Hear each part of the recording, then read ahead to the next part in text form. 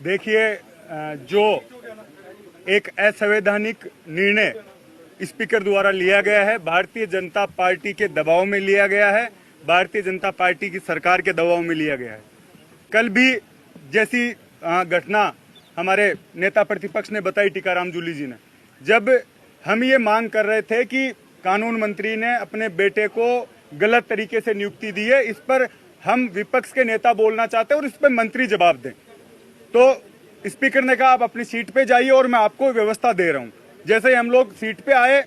और स्पीकर कहने लगे आप हमें लिखित में दे दीजिए और मैं परीक्षण करके कल आपको समय दूंगा। पहली बात, जब आप हम लोगों से ये बात कर चुके थे, उसके बाद अपने बात से आप मुकरे, और उसके बाद जब नेता प्रतिपक्ष बोल रहे हैं तो श्रीचंद कृपलानी और हरलाल सारण दोनों बार बार उनको टोक रहे थे, बीच में खड़े होकर बोल रहे थे। तो मैंने सिर्फ इतना बोला कि जब नेता प्रतिपक्ष बोल रहा है तो आप लोगों को अधिकार नहीं है, क्योंकि जब आपका नेता बोलता तो हम लोग सब सुनते हैं, तो आपको ये बात सुननी चाहिए। उतने में पूरी भाजपा खड़ी हो गई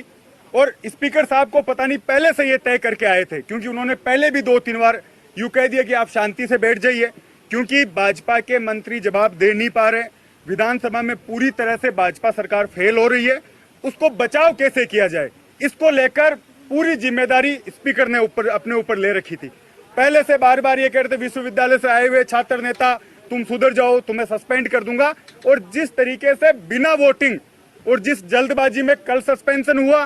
कल मार्शलों द्वारा जिस तरीके का बर्ताव हमारी महिला विधायकों के साथ, बुजुर्ग हमारे जितने भी विधायक थे उनके साथ किया गया, एक जैसे सड़क पर झगड़ा होता उस तरीके की नौबत सदन में आई,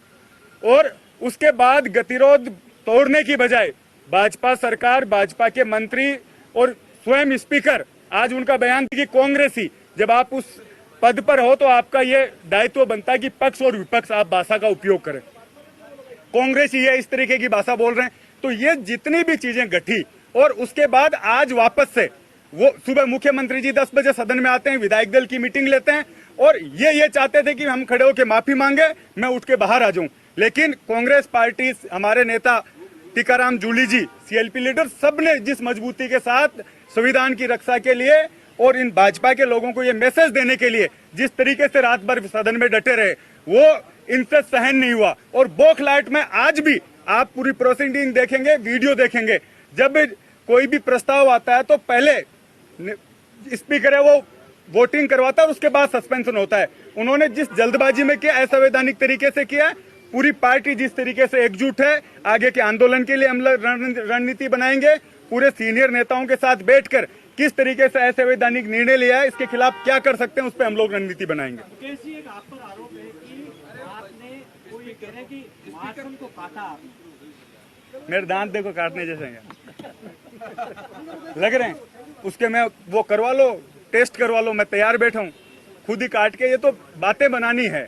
उनके लोगों ने जो हमारी महिला विधायकों के साथ बदतमीजी की, उनका कुछ नहीं है, और आज ये कह रहे हैं कि हमने उनको काटा है, तो ये सब असंवैधानिक है। मैं पुनः बहाल होने के बाद भी अपनी रणनीति, अपनी स्टाइल नहीं बदलूंगा। जवाब सदन में भाजपा को देना पड़ेगा, चाहे परमानेंट मेरी सदस्यता ये निलंबित कर दे, लेकिन जिस रवैये से ये सदन चलाना चाहते हैं उसके खिलाफ मैं हमेशा खड़ा रहूंगा।